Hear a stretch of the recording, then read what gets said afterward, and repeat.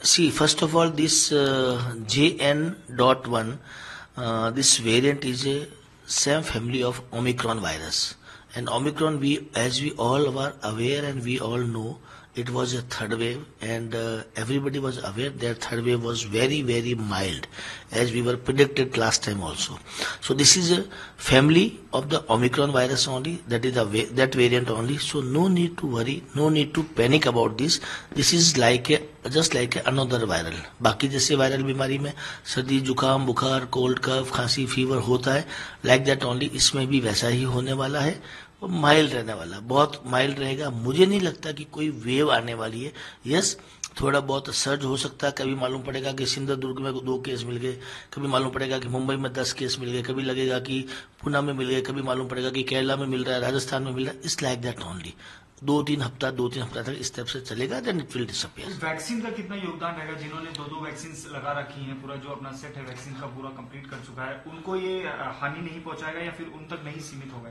Definitely. अगर अपन पुराना trend देखेंगे कि ओमिक्रॉन वेव ने पूरे वर्ल्ड में तकलीफ दिया था, तबाही मचाई थी, लेकिन हिंदुस्तान में ओमिक्रॉन वेव में लोगों को हॉस्पिटलाइजेशन की भी जरूरत नहीं पड़ी थी, या जिनको हॉस्पिटलाइज करना पड़ा था उनके लिए न तो ऑक्सीजन वेंटिलेटर किसी की जरूरत नहीं पड़ी थी.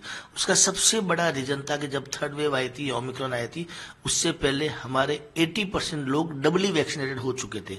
अभी हालात ये है कि हमारे काफी ज्यादा लोग बूस्टर डोज भी ले चुके. तो वैक्सीन का बहुत बड़ा रोल है, और ओमिक्रॉन में हमने देखा था ये उसी फैमिली का. इसलिए मुझे लगता है कि हमारे लोग अधिकतर वैक्सीनेटेड है, 98% लोग वैक्सीनेटेड है. तो मुझे नहीं लगता कि ये वेव कोई नुकसान, ये सर्ज कोई नुकसान कर पाए. बरतने की हिदायत तो मुख्यमंत्री जी ने तो दी है. कल उनकी टास्क फोर्स की कल मीटिंग थी, रिव्यू मीटिंग थी. आज स्टेट के हेल्थ मिनिस्टर्स भी अलग अलग अथॉरिटीज से मीटिंग ले रहे हैं. तो क्या लगता है? डेफिनेटली कल जो ऑनरेबल सीएम साहब ने जो मीटिंग लिया था और आज भी हमारी मीटिंग होने वाली है, उन सब में यही चीजें हैं. और हमेशा से हम लोग पहले से बोलते हुए आ रहे हैं कि भीड़ भाड़ वाले इलाकों में, स्पेशली सेलिब्रेशन का टाइम है, क्रिसमस है, न्यू ईयर है, और मैं कहता भी हूँ कि सेलिब्रेशन जम के करो, बट थोड़ा सा सावधानी के साथ करो. जिस भी व्यक्ति को सर्दी जुकाम बुखार होता है, खांसी हो रही है, खिचखिच हो रही है, स्नीजिंग हो रही है, नाक से पानी आ रहा है, ऐसे लोगों को, चाहे वो कोविड पॉजिटिव है चाहे नहीं है, चाहे वो स्वाइन फ्लू पॉजिटिव है या नहीं है, उनको मास्क पहनना चाहिए. मास्क पहन करके आप इस डिजीज को ट्रांसमिट होने से रोकोगे.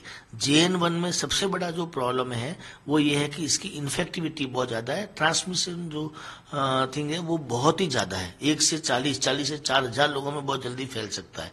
नुकसानदायक नहीं है बिल्कुल भी, लेकिन फैलेगा बहुत ही स्पीडली. तो सबसे बड़ा तरीका है कि जहां भीड़ भाड़ वाले इलाके में जिनको भी सर्दी जुकाम बुखार है उनको जाने से बचना चाहिए.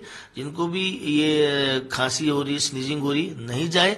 और अगर आप फिर भी जाते हैं तो मास्क पहन के रहिए. मतलब फॉर एग्जाम्पल अगर किसी को है नहीं, कुछ सिम्टम्स नहीं है और वो भीड़ भड़ाके में एरिया में जा रहा है या फिर बाहर निकल रहा है, ऑफिस से जा रहा है, तो उनको मास्क लगाना कंपलसरी है, या फिर मास्क लगा के जाए तो ऐसे प्रिकॉशनरी मेजर सही होगा? नहीं, ऐसे लोगों को मास्क लगाने की जरूरत नहीं है. मास्क हमेशा सबसे बढ़िया रहता है किसी भी तरह की वायरल बीमारी के लिए, चाहे वो टीबी का बीमारी हो, चाहे वो डेंगू का बीमारी हो, कोई भी तरह का बीमारी जो भी आपके फैलने से, जिस ड्रॉपलेट पार्टिकल से फैलता है, उन सब के लिए मास्क बहुत अच्छा होता है. आप मास्क पहन के जाते हो, सपोज कोई ऐसा व्यक्ति जिसने मास्क नहीं पहना और उसको सर्दी जुकाम बुखार है, उससे आपको होने के चांसेस हो सकते हैं. सो मास्क पहनना एक हमारे को न्यू नॉर्मल लाइफ या न्यू नॉर्मल जैसे नॉर्म्स कह सकते हैं, उसमें आदत में डाल देना चाहिए. और दूसरी बात ये सर, सीनियर सिटीजन की बात करें तो हमने देखा था पिछली बार कोविड की जो सेकेंड लहर थी उसमें ज्यादा जो सीनियर सिटीजन है उनको भी काफी प्रभावित किया गया था.